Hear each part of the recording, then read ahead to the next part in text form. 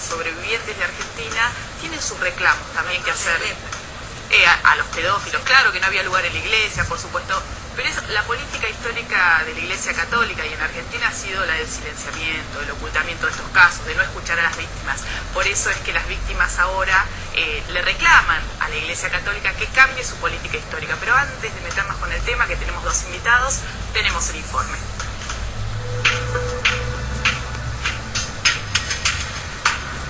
Pocos días atrás, el Papa Francisco recibió en el Vaticano a 6 víctimas de abusos sexuales para pedirles perdón humildemente por los pecados y crímenes graves cometidos por el clero. Y también pidió perdón por los pecados de omisión por parte de los líderes de la Iglesia que no han respondido adecuadamente a las denuncias presentadas. Quienes recibieron el pedido de perdón por parte de Francisco fueron 3 hombres y 3 mujeres procedentes de Alemania, Inglaterra e Irlanda, seleccionados por el cardenal estadounidense John O'Malley. No hay lugar en el ministerio de la Iglesia para aquellos que cometen estos abusos, y me comprometo a no tolerar el daño infligido a un menor por parte de nadie, independientemente de su estado clerical, dijo el sumo pontífice.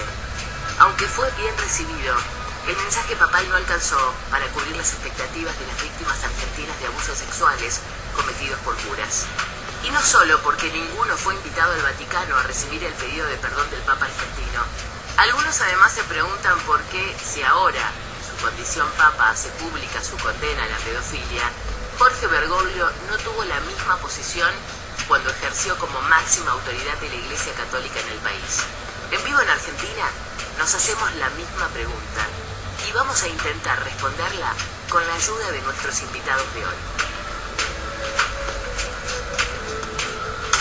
Ahí está el tema planteado y nos acompañan Sebastián Cuatromo. ¿Qué tal? ¿Cómo estás? Gracias por acompañarnos. Julieta Añasco, muchas gracias por venir. Ellos sufrieron en su infancia, en su adolescencia, abusos de parte de religiosos, ¿no? ¿Y cuál es el planteo que ahora le hacen a Bergoglio? Que en algún momento ustedes también le plantearon su problemática o quisieron que las autoridades de la Iglesia Católica asumieran otra conducta o otra responsabilidad frente a estas denuncias y no lo hicieron. Bueno, en mi caso en particular, yo fui abusado sexualmente acá en el Colegio Marianista de la Ciudad de Buenos Aires, en el barrio de Caballito, y luego de una larga lucha, más de 20 años después, logré que mi abusador sea juzgado y condenado en el año 2012, más de 20 años después de ocurridos los abusos. En el 2012 fue juzgado y condenado a 12 años de cárcel por el delito de corrupción de menores calificada reiterada. Cuando ocurrieron los abusos, 13 años y estaba terminando mi escuela primaria, fines de los años 80. ¿Hablaste con tus papás? ¿Lo denunciaron en el colegio? ¿Cómo fue? Durante 10 años no pude ponerlo en palabras. Recién una década después, cuando empiezo a hablar de lo sucedido, es que presenté la denuncia que originó la causa, que la tuve que luchar durante otros 12 años hasta llegar a juicio. Y incluso Sebastián hasta tuvo que impulsar la extradición porque el abusador se había ido del país, estaba en Estados Unidos, la causa estaba parada, no, se había fugado, y por otras denuncias él en persona fue quien empujó la causa para que se pudiera hacer realmente el juicio acá. Digamos, nadie acompañó, ni siquiera desde la justicia, claramente, en ese momento. Y en particular, en el marco de esta lucha, también logré que el Colegio Marianista, acá de la Ciudad de Buenos Aires, tuviera que asumir su responsabilidad civil por lo sucedido. En ese contexto, el Colegio Marianista lo que pretendió fue silenciarnos a las víctimas de este abusador, el ex hermano Fernando Picciocchi, luego condenado por la justicia. Y cuando el Colegio Marianista pretendía silenciarnos, año 2002, yo concurrí ¿Pero de qué forma? ¿No personalmente... creyéndoles las denuncias? No, que no lo podían difundir. Vos y Sí. otros chiquitos. Claro, ya adultos, este colegio asume su responsabilidad civil por el delito cometido por este religioso, pero pretendiendo obligarnos a nosotros a cumplir una llamada cláusula de confidencialidad. Que el tema no saliera a la opinión pública, que no se hablara. Esto ha sido la política histórica de la Iglesia, silenciar, acallar y darle protección también a los curas pedófilos. Y en ese marco, a mediados del año 2002, yo concurrí personalmente a la sede del Arzobispado de la Ciudad de Buenos Aires, pedí una entrevista con Jorge Bergoglio, que estaba al frente de la Iglesia de la Ciudad en ese momento. Me recibió un secretario de él, padre Martín García Aguirre, y la respuesta que obtuve fue que yo tenía que porque la respuesta que obtuve de Bergoglio, por medio de su secretario, era que tenía que ir a hablar con el vicario de la zona de Flores, obispo Mario Poli, hoy arzobispo de la ciudad, por decisión de Bergoglio desde Roma. Y en esa entrevista, muy concretamente, lo que yo le planteé al entonces obispo Mario Poli, a él y a su jefe, que en ese momento era Bergoglio, era si ellos, como iglesia jerárquica de la ciudad de Buenos Aires, avalaban o desautorizaban la actitud de esta congregación de los hermanos marianistas de pretender silenciar con dinero a víctimas de abuso sexual infantil. Yo tuve por lo menos 2 entrevistas con el entonces obispo Mario Poli en la sede de la Vicaría Zonal de Flores, a instancias del entonces arzobispo Bergoglio, y la conclusión, la respuesta que obtuve era que ellos, como iglesia jerárquica de la ciudad, avalaban esta actitud del colegio marianista. Y Julieta, contanos un poco tu historia. Bueno, lo mío es reciente. Hace un año yo digo que desperté porque me recordé haber sido abusada por este cura. ¿Cómo recordar? Sí, lo había olvidado, lo bloqueé. A veces, generalmente las personas que fuimos abusadas ¿Tienen secuelas? nos olvidamos, muchos de nosotros bloqueamos esos recuerdos como mecanismo de defensa. Y bueno, yo lo olvidé, siempre hice terapia, pero nunca lo hablé con nadie. Lo hablé una vez a los 18 con mis padres y después nunca más. ¿Y tus padres en ese momento? No, y bueno, intentaron hacer la denuncia en la ciudad de La Plata. Ellos se dirigieron con la ex jueza Gardela y en ese momento ella les dijo que no era conveniente porque estábamos saliendo de la dictadura y no era conveniente. Y bueno, ante esa situación mis padres mucho más no hicieron. ¿Y qué recuerdos tuviste ahora el año pasado? Lo recordé, creo que fue, bueno, un par de sucesos que me vienen sucediendo relacionados con Malvinas y con cuestiones como recuperando la memoria. Y ahí recordé, también fui abusada por mi tío, por ejemplo, materno. Eso siempre lo recordé, siempre lo hablé, no tenía problema. Pero lo del cura, básicamente es lo que a mí me llama la atención, que lo olvidé. Y nació mi nieto. No, yo iba a unos campamentos que lo organizaba a través de la iglesia. Esto era en Gonet. Él estaba en Gonet y en Citibel. Estamos hablando del año 80, 81, 82. Yo tenía 10 años, 7, 9, por ahí. Él organizaba esos campamentos a través de la iglesia. Bueno, y yo iba con mis amiguitas.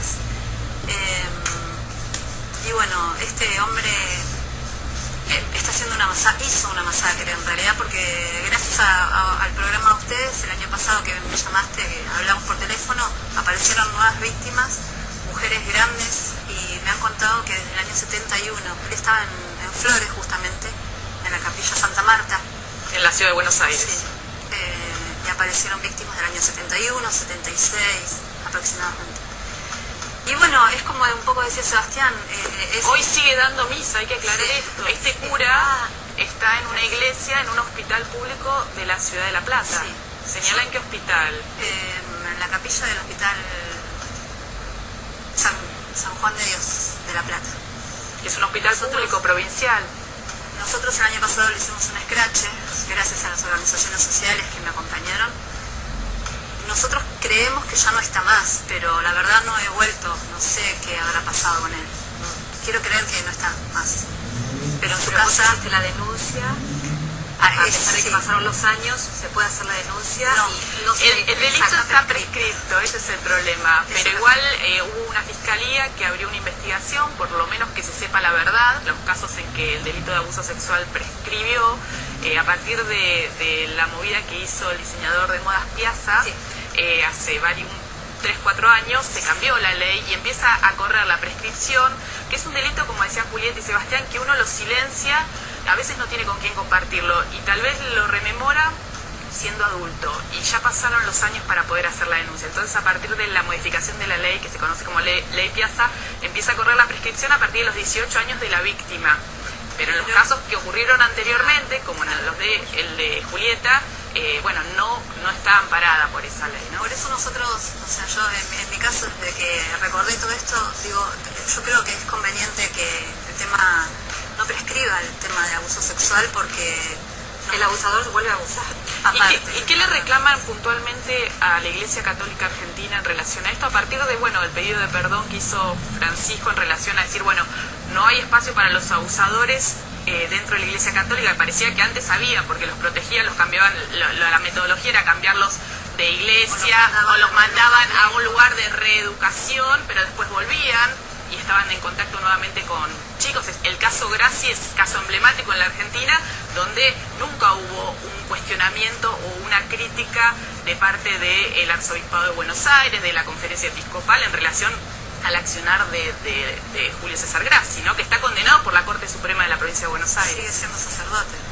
Y sigue siendo sacerdote. Yo ahí, si algo que quisiera poder compartir, me parece que, digo, más me remito a lo que fue mi propia experiencia negativa personal, hasta con el mismo Bergoglio, que en su momento, digo, esto lo hice público ya en agosto de 2012, por primera vez con una nota con Mariana en página 12, cuando comenzaba el juicio oral y público por mis abusos más de 20 años después. Lo que quiero decir es que si ahora hasta el mismo personaje, hoy, en una situación de poder completamente distinta, actúa de otra manera, lo que para mí nos está revelando, entre otras cosas, es, por un lado, el mérito que tienen nuestras luchas. Si esto está sucediendo es porque el activismo, el compromiso, la militancia, la lucha de las víctimas es la que va abriendo el camino y la que va obligando a los cambios. O sea, el mérito para mí reside en nuestras luchas y no en las dirigencias que en ocasiones, por conveniencia, porque no les queda otra, se ven obligadas a cambiar posturas. Y después, que el mismo Bergoglio, en una situación de poder completamente distinta, actúe de una forma contradictoria a la que tenía cuando estaba al frente de la Iglesia de la Ciudad de Buenos Aires y de Argentina después, para mí nos está diciendo que la Iglesia Católica, entre otras cosas, en países como Argentina y en América Latina en general, conserva mayor poder que en lugares como Europa Occidental y en Estados Unidos. Donde han perdido mucha gente, ¿no? Muchos adeptos.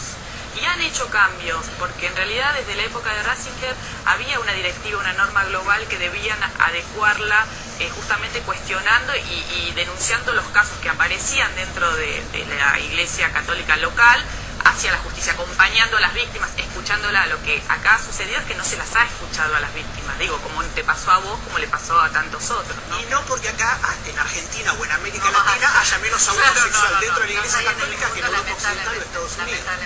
Creo que la diferencia radica en el poder que tiene la sociedad civil para llevar adelante sus reclamos, en las presiones o no que recibe el Poder Judicial a veces de la jerarquía católica, los mismos medios de prensa. O sea, todo nos habla de un contexto social, cultural y hasta político mucho más amplio, la relación de la Iglesia con Sebastián, ustedes están reuniendo adultos que han, atravesado estas situaciones tan dramáticas, tan dolorosas y que tal vez lo han podido poner en palabras muchos años después, como ustedes dos.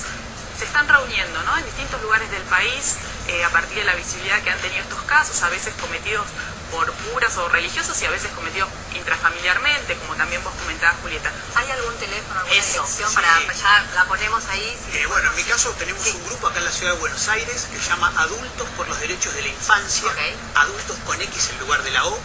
Nuestro teléfono es un celular de acá de Capital, 011 15 69. Ahí está, en pantalla. Pero igual decilo por favor. Sí. Bueno, 1569 72954 Nosotros todas las semanas nos reunimos acá en el barrio de Flores, una vez por mes hacemos actividades de visibilización pública en la Ciudad de Buenos Aires, vamos a compartir nuestros testimonios a distintos ámbitos sociales, comunitarios. Y vos, Julieta, en La Plata, se están reuniendo. Sí. Yo por ahí aprovechar estos minutitos para decirle que se animen, que se animen, que no estamos solos y hay mucha gente, por suerte, está empezando a cambiar. Creo que hasta las leyes, también particularmente están ayudando con el tema de la ley, abogados se han acercado para ayudar, se están apoyando y están trabajando con esto, así que se animen. Muchísimas gracias, Julián. Algo que está cambiando. Muchas gracias por todo lo que están haciendo. Vamos con Goico y con Marta. A la Iglesia Católica que cambie su política histórica. Pero antes de meternos con el tema, que tenemos dos invitados, tenemos el informe.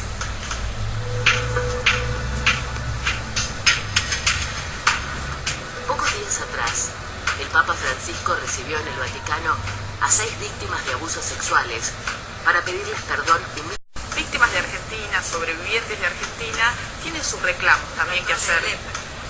A los pedófilos, claro que no había lugar en la iglesia, por supuesto, Pero la política histórica de la Iglesia Católica y en Argentina ha sido la del silenciamiento, el ocultamiento de estos casos, de no escuchar a las víctimas. Por eso es que las víctimas ahora le reclaman humildemente por los pecados y crímenes graves cometidos por el clero. Y también pidió perdón por los pecados de omisión por parte de los líderes de la Iglesia que no han respondido adecuadamente a las denuncias presentadas. Quienes recibieron el pedido de perdón por parte de Francisco fueron 3 hombres y 3 mujeres procedentes de Alemania, Inglaterra e Irlanda, seleccionados por el cardenal estadounidense John O'Malley. No hay lugar en el ministerio de la Iglesia para aquellos que cometen estos abusos y me comprometo a no tolerar el daño infligido a un menor por parte de nadie, independientemente de su estado clerical, dijo el sumo pontífice. Aunque fue bien recibido, el mensaje papal no alcanzó para cubrir las expectativas de las víctimas argentinas de abusos sexuales cometidos por curas. Y no solo porque ninguno fue invitado al Vaticano a recibir el pedido de perdón del Papa argentino. Algunos además se preguntan por qué, si ahora